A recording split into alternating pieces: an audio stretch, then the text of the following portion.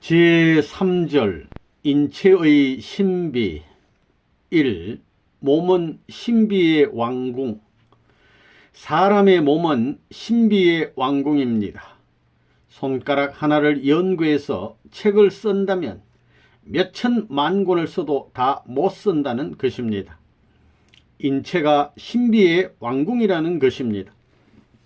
사람의 몸은 100조 개나 되는 세포가 전부 다른 작용을 하면서 움직이고 있습니다. 이것을 확대하면 이 우주보다 크다는 것입니다. 이것들이 아무 충돌 없이 조화를 이루어 하루의 생활, 1년의 생활, 일생의 생애를 영위해가는 신비로움 자체라는 것입니다. 몸은 신비의 왕궁입니다. 손톱 하나를 의학적으로 몇천 년, 몇만 년 연구해도 끝이 안 난다는 것입니다. 박사들이 연구하는 것은 전 우주의 몇억 천만 분의 1에도 못 미친다는 것입니다. 그런데 소위 박사라는 사람들이 신이 없고 뭐 어떻다고 결론 짓는다는 것입니다. 그건 믿을 수 없습니다. 기분 나쁘다는 겁니다. 공식이나 법칙을 초월한 것들이 많다는 겁니다. 공식의 끝이 어디인지 생각해 봤습니까? 우리가 학교에서 배운 고등수학의 공식들은 우주의 공식 세계에서 어느 단계에 속할 것이냐 하는 겁니다. 우리 인간은 자연 환경에 대비할 수 있는 내용을 가지고 태어났다는 사실을 생각해야 되겠습니다. 얼굴을 들여다보면 얼마나 신비로운지 모릅니다. 그 생김새를 생각하게 되면 이 세계는 전부 다 신비의 왕궁입니다. 신비의 왕궁. 아무리 어술이 발달하더라도 이 인체의 무궁무진한 그 내면을 파헤치지 못합니다. 책을 1000권 써도 손가락 하나를 다 파헤칠 수 없다는 겁니다. 어린애들이 찰흙을 뚝 떼어다가 이겨서 인형을 만들듯이 맹목적으로 만든 게 아닙니다. 그것은 전후 좌우 어디를 보나 모순점이나 단점이 없게 질서정연한 배열로 만들어졌다는 것입니다.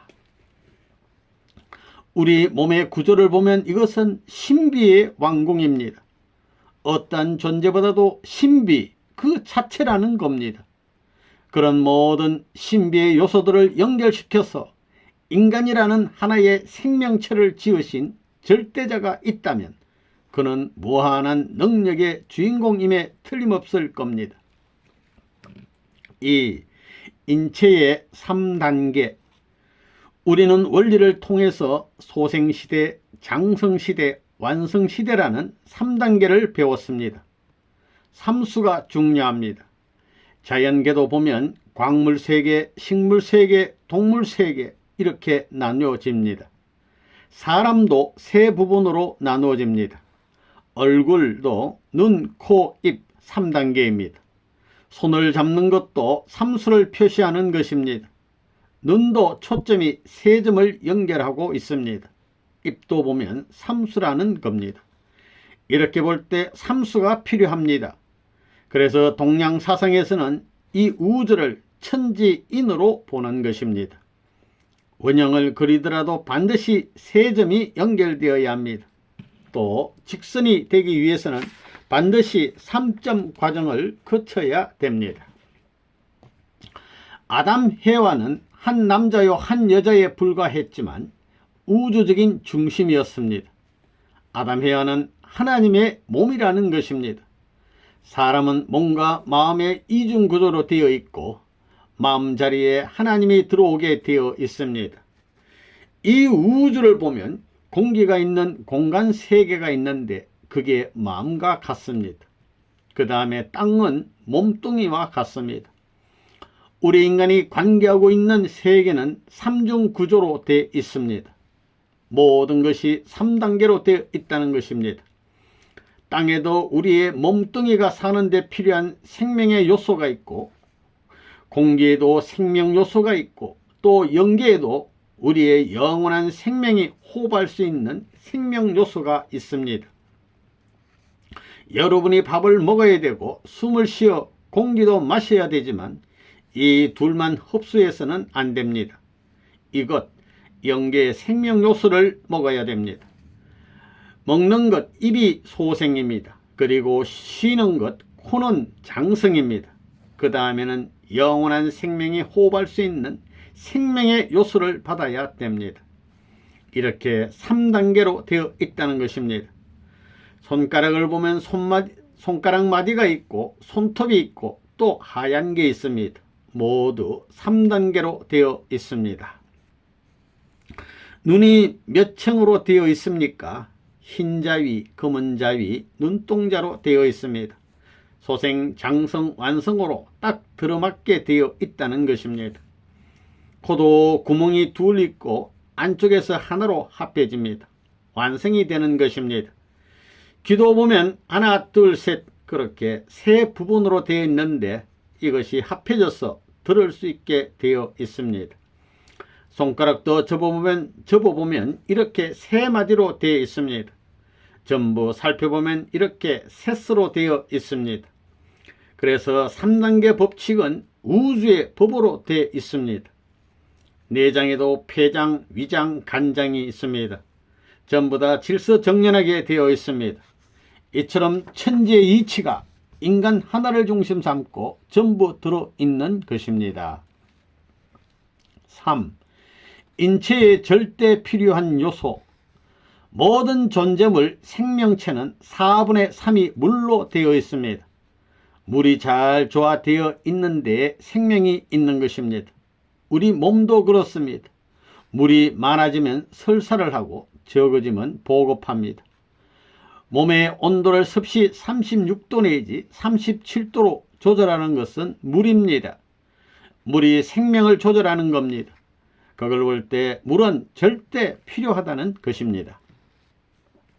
하나님이 안 보이는 것은 다행입니다. 우리는 이걸 고맙게 생각해야 됩니다. 우리가 태양빛을 받고 살지만 그것에 대한 고마움을 모릅니다. 큰 것에 대해서는 감사할 줄 모른다는 것입니다. 우리는 공기가 없으면 살 수 없습니다. 이렇게 공기는 생명에 절대적으로 필요한 요소입니다. 그런데 이런 공기에 대해서 고맙다고 생각하지 않습니다. 도둑놈같이 고맙다고 인사도 없이 먹어치운다는 것입니다. 사람의 몸은 4분의 3이 물로 되어 있습니다. 사람의 몸은 물주머니라는 것입니다. 그런 우리들인데 물에 대해서 고맙게 생각하지 않습니다. 온열 복더위에 자전거를 타고 어느 산등성이를 올라가면 얼마나 갈증이 납니까? 산등성이에는 대개 과수원이 있습니다. 거기에서 냉수 한 그릇 얻어먹는 맛은 10,000,000금을 주고도 바꿀 수 없습니다. 그런 물을 먹고 나서도 물을 떠다 준 사람에게는 고맙다고 하지만 물한테는 고마움을 느끼지 않습니다. 고마워할 줄 모른다는 것입니다. 또 태양빛이 얼마나 귀합니까? 만일 태양이 없으면 모든 생명체는 대본에 얼어 죽어버릴 것입니다. 햇빛이 생명을 지탱하는 데 절대 필요한 요소인데도 고맙게 생각하지 않는다는 겁니다. 이렇게 제일 귀한 물과 공기와 태양빛을 공짜로 받고 있습니다. 4. 신체의 해설. 1. 눈은 하나님 상징. 사람의 얼굴은 우주를 상징합니다. 이것은 천지조화통입니다. 이 중에서 눈은 하나님을 상징합니다. 모든 생물이 생겨날 때는 눈부터 생겨납니다. 사람의 눈은 우주의 눈과 같은 중심 존재입니다. 목이 눈 때문에 왔다 갔다 하는 것처럼 우주도 하나님 때문에 왔다 갔다 하는 것입니다. 이 눈이 정보기관이라는 것입니다. 모든 것이 3단계로 되어 있는데 눈도 3단계로 되어 있습니다. 가장자리에 흰자위, 다음에 검은자위, 중앙에 눈동자가 있습니다. 까만 눈동자가 중요하기 때문에 중앙에 있습니다. 그러면 눈이 왜 둥그냐? 남자 여자는 둥글둥글해야 된다는 것을 의미합니다. 모가져서는 안 된다는 겁니다. 자동차 바퀴가 다 같이 둥글기 때문에 굴러가지 조금만 틀리면 야단이 나게 됩니다. 그래서 사람은 눈과 같은 남자가 되고 눈과 같은 여자가 되면 된다는 것입니다. 이게 얼마나 신기합니까? 귀한 것이 중앙에 있다는 것입니다. 눈은 하나님을 상징합니다. 그런데 이 눈은 무엇을 좋아하느냐? 색깔을 좋아합니다. 색깔을 감정합니다. 색은 본질상을 드러냅니다. 모든 색은 그 본질이 어떻다는 걸 드러내는 것입니다. 왔다 갔다 하는 눈은 하나님을 상징하고 우주를 상징합니다. 우리 몸에서 동그란 것은 눈밖에 없습니다. 그래서 눈이 하나님과 같이 위에 있습니다. 눈이 아래에 붙어 있으면 어떻겠습니까? 그러면 질서가 없습니다. 또 눈알이 옆으로 왔다 갔다 하고 있습니다. 이게 왔다 갔다 안 하면 목이 얼마나 피곤하겠습니까? 생각할수록 위대하다는 것입니다. 눈은 하나님을 상징하기 때문에 한 겹, 두 겹, 세 겹을 벗겨야 보입니다. 이것은 밤과 마찬가지입니다. 가시가 있는 껍질, 밤 껍질, 떫은 껍질을 벗겨야 밤 알맹이가 있습니다. 그와 같습니다. 그리고 눈은 인간의 성품을 나타냅니다. 눈을 보면 그 사람의 성격이 어떤지 알 수 있습니다. 깨구리 알에서 올챙이가 생길 때 눈알이 먼저 생깁니다. 그것은 하나님이 먼저 계셨기 때문입니다. 사람의 눈은 보면 신기하다는 것입니다. 그런데 눈이 왜 여기에 와 박혔느냐? 아무리 생각해도 여기밖에 있을 데가 없습니다. 이 눈이 여기에 올라와 있다면 각도를 제대로 맞출 수 없습니다. 이렇게 볼 때 눈은 언제나 중앙에 있어야 됩니다. 사람의 눈이 왜 위에 있느냐? 눈은 올려다보는 시간보다 내려다보는 시간이 많습니다. 그렇다고 눈이 발끝에 있으면 안 된다는 것입니다. 눈은 상하 고저의 환경 여건을 측정해낼 수 있는 가장 좋은 자리에 있어야 되겠기 때문에 이렇게 위에 있다는 것입니다. 그리고 머리가 옆으로 왔다 갔다 하고 위아래로 올라갔다 내려갔다 하는 것은 눈 때문입니다. 눈 때문에 왔다 갔다 한다는 것입니다. 조화의 하나님이라는 것입니다. 만약 눈을 횡적인 일직선으로 만들지 않고 종적으로 만들었다면 어땠을까요? 얼굴에 눈이 없으면 얼굴이 넓을 필요도 없습니다. 좁아도 된다는 겁니다. 새까만 눈이 이렇게 벌어져 있기 때문에 얼굴이 둥그런 호박같이 넓적하게 생겼더라도 그 넓은 얼굴을 먼저 보지 않고 눈을 먼저 본다는 것입니다. 눈이 왜 둘로 되어 있느냐? 이 눈이 하나면 몸의 균형을 잡을 수 없습니다. 하나만 있으면 몸뚱이가 기울어진다 이겁니다. 돌아간다는 겁니다. 그건 왜 수평선을 중심 삼고 수직을 맞출 수 없습니다. 그런데 두 눈이 이렇게 수평으로 되어 있기 때문에 균형을 잘 잡아서 위치 결정을 하고 있다는 것입니다. 다시 말해서 편리하기 때문에 두 눈이 이렇게 일자로 벌어져 있다는 것입니다. 이 눈은 왜 생겨났느냐? 좋은 것을 보기 위해서, 사랑을 찾기 위해서 생겨났습니다. 서양 사람들은 눈이 크고 동양 사람들은 눈이 작습니다. 그러니 서양 사람들은 가까이밖에 못 봅니다. 그래서 서양 사람은 현실주의자라는 것입니다. 눈이 크니까 가까이는 보지만 멀리는 보지 못합니다. 그렇지만 동양 사람은 눈이 작으니까 미래를 봅니다. 이 눈썹이 왜 생겼느냐? 그것은 하늘과 지상 세계에 간격이 있다는 걸 상징합니다. 눈썹은 왜 생겨났느냐? 시커멓게 생긴 송충이가 한 마리도 아니고 두 마리씩이나 왜 이마에 딱 달라붙어 있느냐 이겁니다. 이게 없으면 얼굴이 얼마나 희멀끔하고 좋겠어요? 공산주의자들은 환경에 적응하다 보니 그렇게 됐다고 합니다. 그러나 그것은 잘못된 말입니다. 그런데 왜 이걸 여기에다 붙여 놨느냐는 것입니다. 사람이 네 발로 다닌다면 눈썹이 필요 없을 것입니다.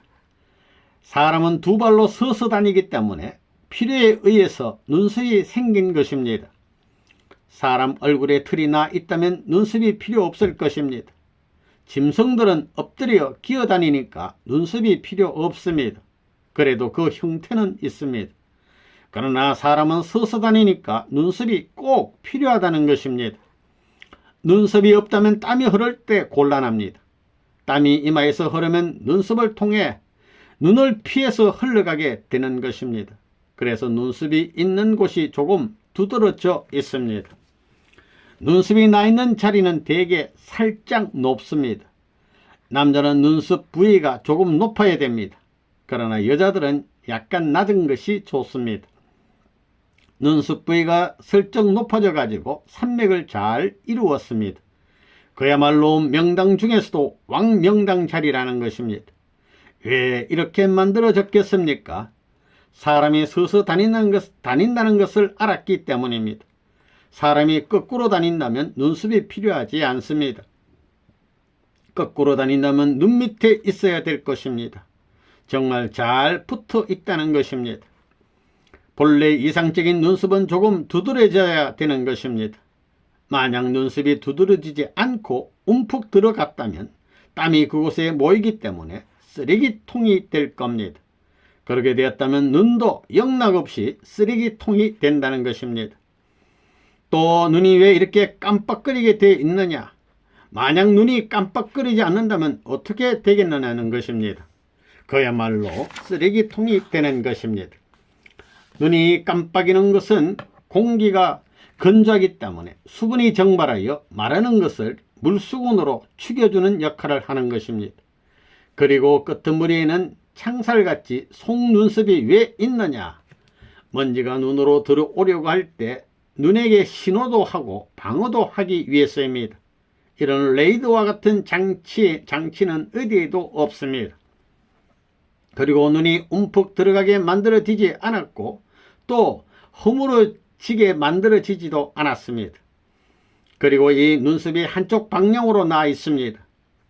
또 눈이 살짝 두드러지게 만들어져 있다는 것입니다.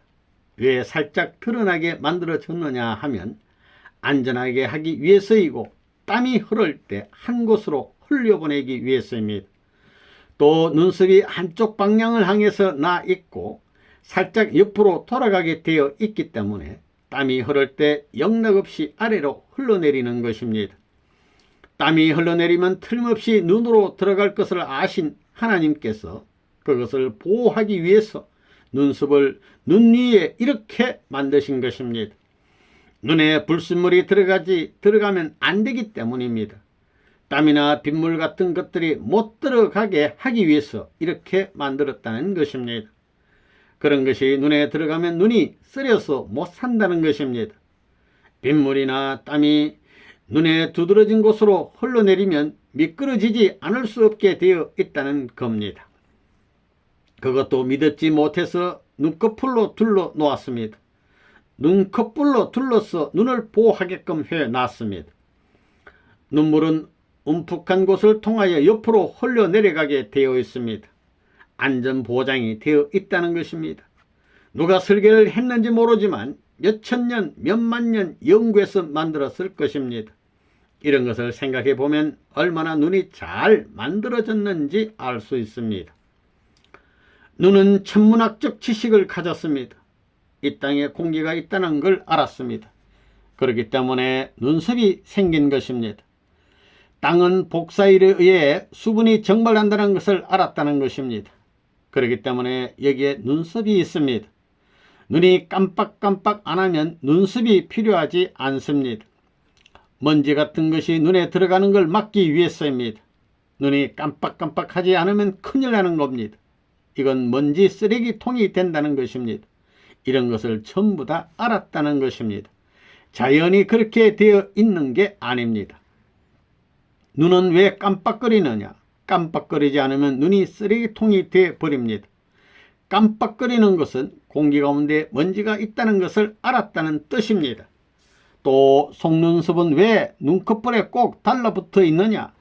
속눈썹으로 창살을 만들어 눈에 이물질이 들어오지 못하게 하기 위해서입니다. 이런 것들은 자연적으로 생겨난 것이 아니라는 것입니다. 눈을 보면 눈꺼풀이 하루에 수천 번씩 깜빡거립니다. 하루만 깜빡거리는 걸 그만둔다면 눈이 어떻게 되겠습니까? 눈꺼풀이 깜빡거림으로 말미암아 눈을 말끔히 청소해 주는 것입니다. 참으로 기기묘묘한 것입니다. 그런 것을 알고 물샐 틈 없는 대비를 해 가지고 태어났다는 것입니다. 3. 코. 사람의 코는 수직으로 되어 있습니다. 이 코는 눈보다 귀합니다. 왜 가운데 있느냐? 중요한 부분이기 때문입니다. 그게 얼마나 중요하냐 하면 언제나 뭘 먹고 있다는 것입니다. 잘 때도 눈도 감고 입도 다물고 귀도 다 자지만 코는 먹고 있다 이겁니다. 이게 안 먹으면 생명이 문제가 됩니다. 큰일 난다 이겁니다. 그러니까 코는 얼굴 가운데 있다는 것입니다. 그만큼 중요하다 이겁니다. 눈을 감고 있어도 끄덕없지만 코를 막으면 죽습니다. 그렇게 중요하니까 종적으로 있는 겁니다. 코는 아담과 해와 사람을 상징합니다. 그리고 이 코는 안 통하는 데가 없습니다. 눈으로 통하기도 하고 귀로 통하기도 하고 다 통합니다. 바른쪽 콧구멍은 남자고 왼쪽 콧구멍은 여자입니다. 그게 하나님이 숨쉬는 구멍입니다. 사랑의 공기를 마신다 이겁니다. 영계에 가면 그렇게 되어 있습니다. 공기가 뭐냐면 사랑입니다. 사랑을 느끼고 사랑을 호흡할 수 있는 훈련을 시키기 위해서 남자 여자 상대를 두었다는 것입니다. 그래서 코도 종적으로 있지만 구멍은 둘입니다. 들어와서 하나 됩니다. 한쪽 코가 막히면 기분이 좋습니까? 그것은 고장난 겁니다. 이 콧구멍 하나가 막혀버림으로 말미암아 전신이 고장나는 것입니다. 이게 아담 해와라면 남자 여자가 고장나는 것이니 전 우주가 고장나는 것과 같습니다. 이 코로 무엇을 연결시키느냐? 생명을 연결시킵니다. 아담 해와가 하나 되어 영원한 사랑을 중심 삼고 생명을 연결시키는 것과 마찬가지입니다. 우주의 중심은 아담 해와입니다. 그리고 이 우주를 관찰하는 분은 하나님입니다. 그렇기 때문에 맨 처음이 하나님입니다. 그래서 눈이 먼저 생겨난 것입니다. 코가 제일 나중에 생깁니다. 코는 왜 이렇게 끝이 오똑하게 생겼을까요? 코는 사람에게 있어서 선두입니다. 코는 길잡이입니다. 길잡이는 천도를 따라 예법을 갖추어야 됩니다. 어렸을 때는 납작하던 코가 20세가 되어야 높아집니다. 그건 뭐냐? 코는 아담 해와 즉 인간을 상징하기 때문에 인간이 맨 나중에 완성된다는 것입니다. 사람의 얼굴 중에서 코가 제일 보기 싫습니다. 세수할 때도 이 코 때문에 언제나 엎드려서 해야 됩니다. 코가 이렇게 생긴 것은 이 땅 위에 풍상이 많다는 것을 알았다는 겁니다. 소낙비도 내리고 이슬비도 내린다는 것을 알았다는 겁니다. 그런 위험을 피할 수 있도록 미리 방비해 놓은 것입니다. 코가 왜 밑으로 내려올수록 넓어지느냐? 코가 밑으로 넓어진 것은 입이 있기 때문입니다. 그것뿐만이 아니라 여기에 도랑이 쳐져 있습니다. 이것은 땀이 흐르면 도랑을 따라 흐르라고 만들어 놨다는 것입니다. 다시 말해서 땀이 흘러내릴 것을 미리 알고 이렇게 만들어 놨다는 것입니다. 선생님 코를 보면 특색이 있습니다. 코가 높고 뾰족합니다. 유대인 계통이 이렇습니다. 종교 민족은 뾰족합니다. 이게 높다는 것은 뭐냐 하면 정신적인 면에 있어서 예리하다는 것입니다. 예술가와 종교가들은 전부 다 그런 소질을 타고납니다. 코는 아담 해와를 상징합니다. 서양 사람들의 코는 좁고 높습니다. 동양 사람은 낮은 동시에 넓습니다. 흑인들은 옆으로 퍼져 있습니다. 그러면 흑인들은 코가 왜 넓어야 되느냐? 더우니까 공기가 많이 들어갔다 나왔다 해야 된다는 겁니다. 또 백인들은 추운 데 살기 때문에 찬 공기가 많이 들어가면 안 됩니다. 조금씩 길게 들어가야 됩니다. 이 코는 원형을 닮아야 된다는 것을 알아야 됩니다. 원만해야 된다 이겁니다. 공기를 마시지 않으면 안 될 것을 알고 콧구멍 속에 이렇게 창살같이 틀을 만들어 놓았습니다. 원래 파이프는 미끈하게 생겨서 훅 불면 공기가 휙 나갈 수 있어야 합니다. 거기에 걸리는 것이 있으면 안 됩니다. 콧구멍도 그렇게 무사 통과할 수 있게 돼 있어야 하는데 왜 복잡하게 틀이 막고 있느냐는 것입니다. 구멍이 보이는가 한번 들여다보십시오. 콧구멍은 거꾸로 해서 들여다보아도 안 보입니다. 틀이 가운데를 향해서 나 있어서 잘 막아 놓았다는 것입니다. 그건 뭐냐? 공기 중에 먼지가 있다는 것을 알았다는 겁니다. 공기가 주로 가운데로 들어가는데 먼지는 들어가면 안 되니까 틀이 가운데를 향해 나 있다는 것입니다. 이 틀이 없으면 안 됩니다. 털끝이 한 곳에 모여 있어서 코에 들어오는 먼지나 찌꺼기를 멈추게 한다는 것입니다. 콧구멍에 먼지가 들어오면 이 틀에 걸리게 되어 흘러나오는 콧물과 섞여 코딱지로 굳어서 나오게 되는 것입니다. 자연이 이렇게 된 것이 아닙니다. 인간이 설계를 해서 하더라도 이렇게는 못할 것입니다. 그러니 코가 공기 속에는 먼지가 있다는 것을 알았다는 것입니다. 몰랐으면 어떻게 이처럼 완전 무결한 원칙의 기반 위에 생겼겠느냐 하는 겁니다. 그러면 이것을 안 장본인이 있어야 될 게 아니겠느냐는 것입니다. 이렇게 설명하면 아주 간단하게 하나님을 보여줄 수 있을 것입니다.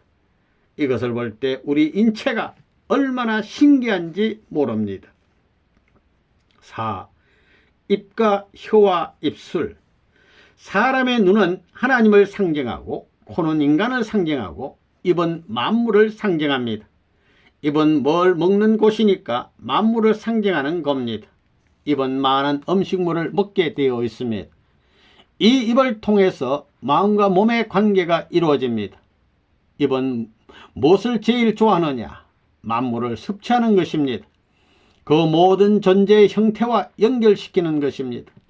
또한 이 입을 통해서 말이 나옵니다. 이빨은 먹어야 할 것을 알고 만들어졌습니다. 또한 혀는 말을 해야 한다는 것을 알고 만들어 놓은 것입니다. 혀가 말을 하려면 입술과 조화를 잘 이루어야 됩니다. 입술이 나무 판자같이 생겼다면 말을 할 수 없을 것입니다. 입에 있는 혀도 기기묘묘합니다. 혀는 70년, 80년을 늘어났다 줄었다 해도 아무 사고가 없습니다. 아주 잘 만들어져 있다는 겁니다. 밥을 먹는 것을 보아도 신비하고 말하는 것을 보아도 참 신비합니다.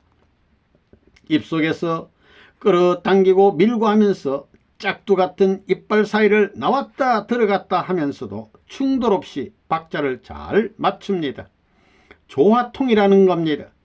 선생님은 말을 참 빨리 합니다. 이렇게 빨리 하는데도 어쩌면 이렇게 박자를 맞춰 말을 잘할 수 있게 하는지 정말 기기묘묘한 조화통이 아닐 수 없습니다. 만일 혀가 손가락과 같은 일을 한다면 어떻게 되겠습니까? 큰일 납니다. 말로 설명할 수 없을 만큼 복잡한 작용을 하는데도 순식간에 슬쩍슬쩍 박자를 맞추어서 거침없이 밥을 먹고 이야기를 한다는 것입니다. 이것은 천지조화를 이루는 모습입니다. 참 신비합니다. 혀에게 감사해야 됩니다. 이런 것들이 생겨날 때부터 이미 누군가가 이것들이 무엇을 해야 된다는 것을 알고 있었다는 것입니다. 입술을 보면 정말 기기묘묘합니다. 입술하고 이빨하고 잘 어울립니다. 그런데 입술하고 이빨은 불과 몇 밀리미터밖에 안 떨어져 있습니다.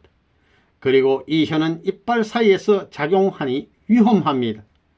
입술과 이빨과 혀, 이 세 가지가 잘 들어맞는다는 것입니다. 이빨 사이를 들락날락 하다가 잘못하여 이빨에 씹히는 날에는 왕창 씹힙니다. 그리고 이빨은 단단한 것을 깨물면 여지없이 와삭 깨지는 겁니다. 위험하다면 이 이상 위험한 것이 없습니다. 아차 잘못하게 되면 큰일 난다는 것입니다. 그렇지만 불안을 안 느낍니다. 먹을 때는 그저 먹기 바쁘지 불안을 안 느낀다는 것입니다. 입술은 고무 중 최고의 고무입니다. 벌릴 때는 한껏 벌릴 수 있고 오므릴 때는 아주 작게 오므릴 수도 있습니다. 자유자재입니다. 가죽보다 낫고 생고무보다 낫다는 겁니다. 그런데 별 힘도 들이지 않고 말을 하는 것을 보면 정말 기묘하다는 것입니다. 전자 오르간이나 전자 두 대를 가진 기계라 하더라도 이렇게 정확하게 잘할 수 없다는 것입니다. 혀는 생각과 더불어 착착 들어맞게 되어 있습니다. 먹을 때나 말할 때 한 울에서 입술과 이빨과 혀의 박자가 어쩌면 그렇게도 잘 맞는지 참으로 신비스럽습니다. 신비하다는 것입니다. 입술을 보면 윗입술이 아랫입술보다 길게 보입니다. 사실은 짧습니다. 그거 왜 그러냐? 아랫입술이 두껍기 때문에 비중을 맞추려니 윗입술이 좀 길게 보여야 된다는 것입니다. 그래야 비중이 맞습니다. 상대를 생각해서 다 그렇게 저렇게 생겼다 그 말입니다. 이빨은 32개입니다. 이것은 4, 8에 32입니다. 4는 사위기대 세상을 말하고 8은 재출발을 말하는 것입니다. 이것은 모든 만물을 정갈 수 있고 소화시킬 수 있다는 말입니다. 또 새로운 출발을 의미합니다. 사위기대의 배가 조화된 것입니다. 다시 말하면 사수의 입체성을 의미한다는 것입니다. 인간이 삼라만성의 모든 만물을 접할 수 있는 것은 이 때문입니다. 그래서 이빨이 잘생긴 사람은 절대 거지가 되는 법이 없고 못 사는 법이 없습니다. 왜 그러냐? 자연이 어차피 사람한테 깨떨어져 먹힐 바에는 아름다운 이빨한테 깨떨어져 먹히고 싶지 보기 싫은 이빨한테 먹히고 싶지 않다는 것입니다. 그건 자연의 이치에 맞다 이겁니다. 그렇기 때문에 자연도 미인을 좋아한다는 겁니다. 이렇게 볼 때 사람이 그냥 생겨난 것이 아니라 우주의 조화를 이루어 생겨났다는 것입니다. 그렇기 때문에 전부 다 사위기대입니다. 코도 하나에서부터 사위기대를 이룹니다. 눈은 반드시 시신경에 초점이 맞아야 됩니다. 이게 사위기대입니다. 그리고 우리 귀는 전체와 사방에 통합니다. 사람 몸이 생긴 것을 보면 사위기대를 늘어놓은 것입니다. 입도 사위기대입니다. 전부 그렇다는 것입니다. 5. 귀와 귓바퀴. 귀가 생겨나기 전에 누군가 공기가 있는 줄을 알았다는 것입니다. 귀가 거꾸로 달렸으면 어떻게 되겠습니까? 벌써 앞으로 말하고 앞으로 들을 것을 다 알았습니다. 뒤로 들을 것이 아니라 앞으로 들을 것을 다 알았다는 겁니다. 그리고 큰 산맥과 작은 산맥이 있어서 여기에 소리가 걸려 화음이 되어 들리게 됩니다. 또 사고 날 것을 다 알고 방지하게끔 되어 있습니다. 모르고 이렇게 생기지 않았다는 것입니다. 귀를 보면 모든 음파가 귀신경으로 들어가서 연결됩니다. 대표 소리는 하나입니다. 음자 하나를 때리면 옆에 것도 울리는 것과 똑같은 것입니다. 귓바퀴가 반대 방향으로 생겼다면 어떻겠어요? 또 이 귓바퀴가 없다면 어떻겠어요? 옆에서 오는 소리가 그냥 휙 지나가 버린다는 것입니다. 멀리서 말하는 것도 들을 수 없습니다. 또 앞에서 나는 소리를 듣게 되어 있습니다. 왜냐? 상대와 마주보고 이야기를 하니까 그렇다는 것입니다. 뒤통수에다 대고 이야기하는 사람은 없습니다. 귓바퀴가 이렇게 생긴 것은 앞에서 오는 소리를 듣는다는 것을 알았다는 겁니다. 또 귀가 공기가 있는 것을 알았습니다. 그리고 이 귓바퀴를 만들어 놨습니다. 그것은 공기가 가다 여기에 걸려 화음이 되려고 그렇게 된 것입니다. 귀를 보면 큰 바퀴가 있고 작은 바퀴가 있어서 소리를 잘 걸러냅니다. 큰 소리가 들려오면 이 큰 바퀴에서 그 소리를 슬쩍 죽여 놓습니다. 큰 소리가 그냥 그대로 귀에 들어가면 충격을 받으니 큰 바퀴에서 소리를 한번 죽였다가 작은 바퀴로 들어가게 되어 있습니다. 그렇지 않으면 큰일 난다는 것입니다. 소리가 공기를 타고 정면으로 전파된다는 사실을 귀가 알았을까요? 몰랐을까요? 귀는 몰랐지만 본래부터 알 수 있는 내용의 동기가 그렇게 되어 있기 때문에 그렇게 생겨난 것입니다. 그 누군가가 그런 것을 알았기 때문에 이렇게 만들었다는 것입니다. 그 장본인 그 무엇인가가 있다는 것입니다. 귀는 좋은 것을 들으려고 합니다. 나쁜 것을 들으려고 하지 않는다는 것입니다. 나쁜 것을 들으려면 음악 감상은 왜 합니까? 차라리 변소에 가서 나팔 부는 소리나 듣지. 음악 감상은 왜 합니까? 그러면 무슨 소리를 듣겠다는 것입니까? 좋은 소리를 듣겠다는 것입니다. 좋은 소리 중에서도 최고 좋은 소리를 듣겠다는 것입니다. 그러므로 보는 것도 최고 좋은 것을 보고, 듣는 것도 최고 좋은 것을 듣고, 냄새 맡는 것도 최고 좋은 것을 맡고, 만지는 것도 최고의 좋은 것을 만지고 싶어 합니다. 6. 머리카락. 머리카락은 나무와 마찬가지입니다. 머리카락을 잡고 비벼보면 어디가 뿌리이고 어디가 끝인지 알 수 있습니다. 나뭇잎같이 되어 있기 때문에 알 수 있다는 것입니다. 이런 것을 보게 되면 몸을 보호하기 위해서 하나하나가 기묘하게 만들어져 있다는 것을 알 수 있습니다.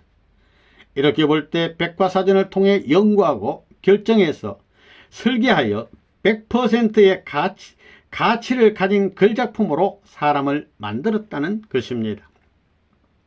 하나님은 우리의 체를 만점에 또 만점에 줄 수 있는 자연적인 체로 만드셨습니다. 머리카락을 자세히 보면 나무같이 되어 있습니다. 손으로 머리카락을 싹싹 비벼보면 어느 쪽이 뿌리이고 어느 쪽이 끝인지 알 수 있습니다.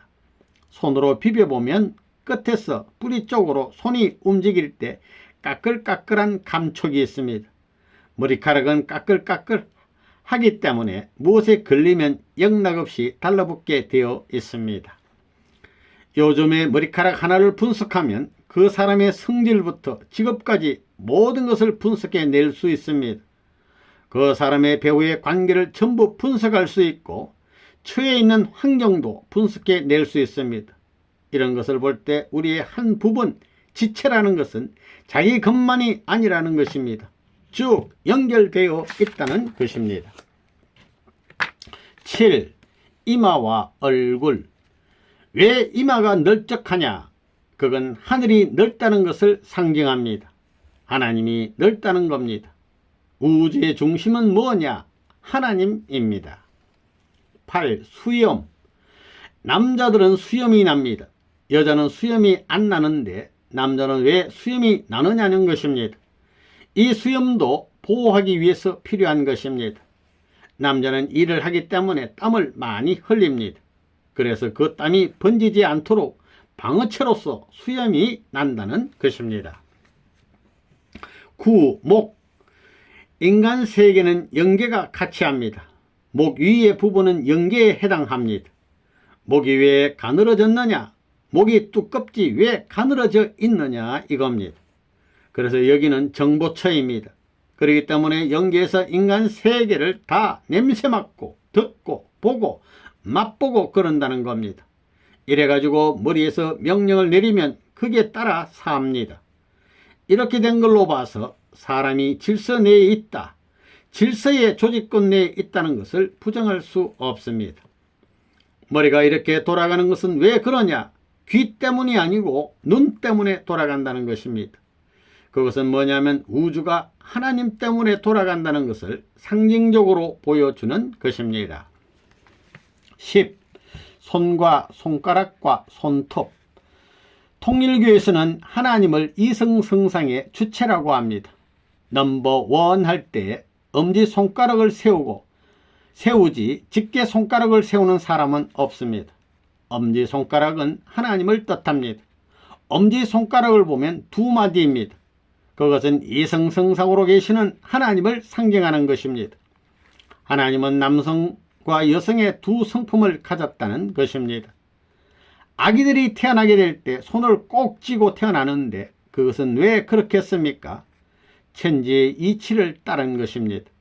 엄지손가락은 두 마디로 되어 있어서 이성성상의 하나님을 상징하고 나머지 네 손가락은 사계절을 뜻하며 손가락의 12마디는 12달을 상징하는 겁니다. 그래서 우주 가운데 하나님이 숨어 있는 것을 상징하는 것입니다. 눈은 그 눈 자체만을 말하는 것이 아닙니다. 전부가 연결되어 있습니다. 손 자체도 연결된 한 부분으로서 존재하는 것입니다. 손이 움직이는 것은 그 손 하나가 단독으로 움직이는 것이 아닙니다. 연관적인 입장에서 공동적인 활동을 목표로 한 내용에서 손이 움직이는 것입니다. 손이 이렇게 간다면 이건 손만 가는 것이 아닙니다. 손 하나만 가는 것이 아니라 전체가 가는 것입니다. 모든 세포가 가고 정신이 가고 모든 것이 거기에 같은 보조를 취하는 가운데 손이 그 전체를 대표하여 활동하는 것입니다. 손이 이렇게 가는데 정신과 눈이 다른 데 가가지고는 아무 소용이 없는 것입니다. 또 눈이 본다 하더라도 정신이 없이 본다면 그것은 아무 의미가 없습니다. 정신이 먼저 가고 그 다음에 몸이 가야 된다는 것입니다. 손이 없으면 어떻게 물건을 잡겠어요? 손톱이 얼마나 귀한지를 알려면 손톱을 한번 빼보면 알게 될 겁니다. 그리고 손바닥과 손등을 보십시오. 가죽이 다르게 생겼습니다. 그 하나하나를 가만히 보면 어쩌면 그렇게도 적합하게 잘 배치되고 배열되어 잘 만들어져 있는지 보면 볼수록 신비합니다. 그 이상 상상할 수 없으리만큼 잘 되어 있다는 것입니다. 그 자체가 신비하다는 것입니다. 11. 오간과 육관. 물건과 소유주가 무엇에 의해 관계를 맺느냐? 그것은 본연의 참사랑에 의해 상호관계를 맺는 것입니다. 본연의 주인이 사랑의 주인이 될 때 그 주인은 억천만 년이 가도 모든 피조물이 반대할 수 없다는 것입니다. 따라가게 되어 있지 반대할 수 없다는 겁니다. 모든 피조물은 이 사랑을 중심 삼고 인연을 지어 나갑니다. 그 피조물은 식물세계, 동물세계, 강물세계가 있는데 이 모든 것들은 좋아할 수 있는 감각, 즉 좋아할 수 있는 소성을 가지고 있습니다. 그래서 이것들은 전부 다 본연의 참사랑의 관계를 맺을 수 있는 본질을 가지고 있게 마련입니다. 비조세계의 주인되는 사람을 보면 오간이 있습니다. 눈, 코, 입, 귀, 피부 이렇게 오간이 있는데 오간만 있는 것이 아닙니다. 육간이 있어야 되고 칠관이 있어야 된다는 것입니다. 칠관을 가져야 하나님을 압니다. 타락으로 말미암아 오간만을 갖게 된 것입니다. 그러니 육관과 칠관이 있어야 된다 이겁니다. 그것이 안 되니 문제라는 것입니다. 인간의 제일 중요한 것이 어디에 있느냐? 먼저 머리에 있고 다음이 몸에 있는 심장입니다. 그거 무슨 말이냐? 머리 즉 생각은 하늘을 상징하고 몸의 심장은 땅의 중심을 상징합니다. 인간은 몸의 사람, 마음의 사람 이중으로 되어 있습니다. 양면의 거울과 같이 되어 있습니다. 여기 이쪽 몸은 자연계의 반영이고 이쪽 마음은 영계의 반영입니다. 그래서 우리는 오간뿐만이 아니라 육관, 칠관이 있다고 볼 수 있습니다. 우리는 오간을 갖고 있습니다. 우리가 갖고 있는 이 오간은 우리만 관계되어 있는 것이 아닙니다. 우리가 갖고 있는 모든 감각기관을 통해서 보다 차원 높은 하나님의 사랑이 깃드는 것입니다. 우리는 그 오간을 통해서 하나님의 사랑과 행적인 면에서 혹은 종적인 면에서 반드시 관계를 맺게끔 되어 있습니다. 그 오간을 중심 삼고 살고 있는 우리의 일체는 그 오간을 통해서 자기만 관계 맺게끔 지어진 것이 아니라 주체 되시는 하나님과 관계 맺겨 지어진 것입니다. 이것은 틀림없는 사실입니다. 그러므로 우리는 우리의 일체가 느끼는 모든 직감 혹은 직관까지도 나만을 중심 삼고 존재하는 것이 아니라 상대적인 그 이념을 이어받고 관계를 맺어서 서로가 행복할 수 있는 내적 인연을 지니고 존재하고 있다는 것을 부정할 수 없습니다. 12. 세포. 우리 인간은 고등동물이라고 합니다. 100조에 가까운 세포로 구성된 인체는 어떤 구조보다도 복잡하며 치밀합니다. 치밀한 동시에 전체가 통일적 기능 밑에 하나의 목적, 하나의 방향을 갖추어 화합하면서 조화를 이루어 나가고 있습니다.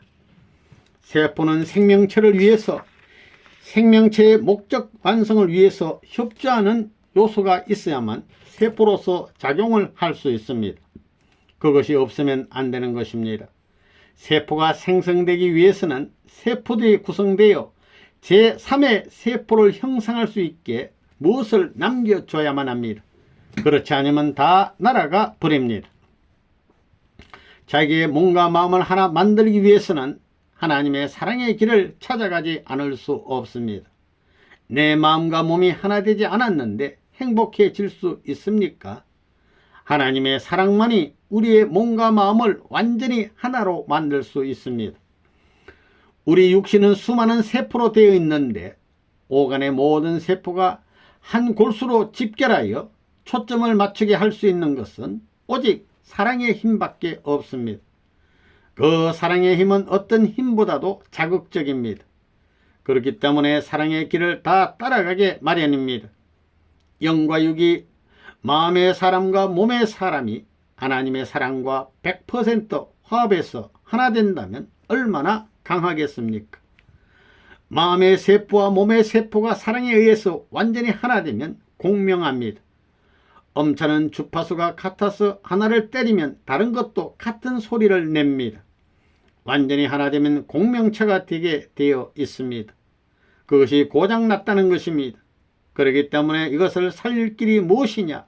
돈도 아니요, 권력도 아니요, 지식도 아닙니다. 오직 하나님의 사랑을 되찾는 길 외에는 없다는 것입니다. 13. 기타. 인간의 몸은 심장을 중심으로 모든 지체가 움직이며 생명을 유지하고 있습니다. 우리 마음에도 중심이 있습니다. 그 중심은 인간 상호관계에 있어서 절대적인 것입니다. 사람은 누구에게나 내장이 있습니다. 그리고 내장에는 비료가 들어있습니다. 그런데 내장 가운데 들어있는 비료는 내게 필요 없으니 빼버리고 내장의 어느 부분은 잘라버리고 내가 필요한 것만 갖고 있겠다 할 수 있습니까? 모두가 필요합니다. 거기에는 똥까지 들어있습니다. 우리가 호흡을 하고 있지만 그 횟수를 셉니까? 여기 가슴에서 북을 두들기듯 두들기고 있는데 그 북소리를 들어요. 파리가 머리카락을 살짝 지나간다 해도 아는데 여기에서 북을 두드리는 것 같이 두들기고 있는데 자극이 없습니다. 그거 이상합니다. 청진기로 들어보면 쿵딱쿵딱 한다는 것입니다. 그렇게 뛰는 힘의 자극으로 보면 그것은 파리가 살짝 지나가는 것보다 몇십 배, 몇백 배 강한 것입니다. 그런데 그것을 알지 못하고 파리가 스쳐가는 것은 안다는 것입니다. 그러니 그게 조화통입니다. 여러분이 그 뚝딱뚝딱 하는 맥박 소리를 세었다가는 모두 신경병에 걸릴 것입니다. 만일 그것을 상대로 보았다간 큰일 날 것입니다.